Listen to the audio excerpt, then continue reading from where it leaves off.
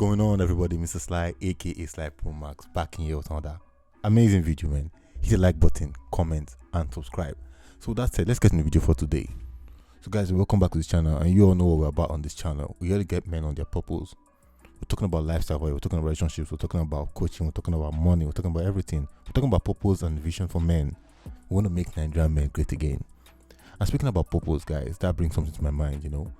Now, I once heard a saying which says, if you stand for nothing, then you're going to fall for anything. And one thing you guys will agree with me is the fact that every guy has to have a rule of code that he lives by, or lives with, or that guides him in this life. And the one thing I always tell men is this: it's easy for a woman to mess up in her past and along the line get scooped up, married by a good guy and taken care of. But if you're a man who is living your life fucking around or messing around, trust me, guys, nobody's coming here to come and save you. Life is quite tougher for men than for the women. If as a man you open up your mouth to tell somebody you're feeling depressed, you're just going to be made mockery of, laughed at, joked at, until maybe when you commit self-deletion and then they start putting your picture up on Facebook saying, we chatted last night. So there's nobody cares about men, guys. So you have to take care of yourself. You have to pick up on these rules and this code to guide your own life. It is what it is, guys. You see, every man has to have some kind of guidelines by which he's going to be living on with his life. And one thing about this factor is that, or this fact is that, most men might lead or might learn from mentors and other men might learn from different people. But one thing I know I always hear about is the fact that experience is a great teacher. And I tell everyone, experience is not actually the great teacher. And this is why. Most things you might experience, you might not be able to handle the after effect, and that might crush you. So the great teacher is actually the experience of others. The experience of others teaches you better than your own experience. When you see that a path a person took led him to a ditch, you're also not going to take that same path as well, and you agree with me, guys. But without saying too much, let's get into the first rule of code every man needs in this life. Number one, never let a woman take life decisions for you. I'm not trying to say that or put women down or take a slight at women, but the thing is this: men think logically, women think emotionally. And what do I mean by that fact? Now, women were by nature meant to be motherly figures, wifely figures. That's why they can make good decisions as mothers, because they can apply emotions. But when it comes to life decisions about life and death, the men usually are left to take those decisions. When the war comes through, the men are conscripted and sent out there to go and fight. When something happens, when the lion comes attacking, the man has to guide the cave and go out there and fight. That's just the order of things, and that's what preserves the order of things. But when it comes to making life decisions, guys, the one thing you don't do is allowing a woman to make that decision for you. And what I'm trying to say is this: when I'm saying that men are trying to think logically, you can see it in instances whereby a guy comes and tells his girlfriend, baby, I think I want to move overseas now so that we can try and see how we can make a better future. When things are going on fine, I'm going to come around and get you. He's looking at the bigger picture. He's looking at the future. Now he poses out to his girlfriend, and what does she say? I think if you leave me, you're going to go out there, you're going to meet other women, you're going to fall in love with the white woman, you're going to forget about me, and then you're never going to come back for me. So stay here until we can go together, then you're going nowhere. So that's just focusing on how you may travel and forget about her, bringing in emotions into the whole topic as opposed to logicalities. That's emotional thinking. So it's not a bad thing. But all I'm trying to say is this: you have to make life decisions for yourself. If no decision being made for you or being made with you by a person who is related to you by blood, i.e. your mother or sister, then never let the women make that decision for you, guys. Make that decision yourself first of all.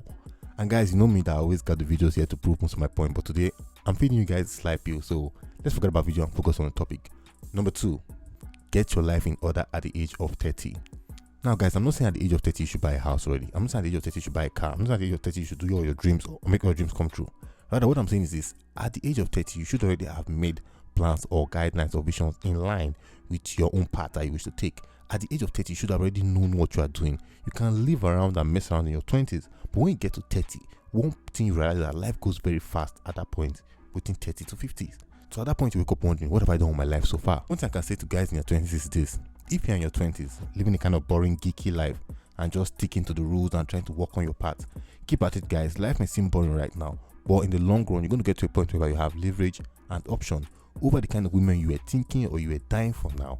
At that point in time, you get to meet better women, and like I say, women never have finished in this life. So guys, stick to what you're doing.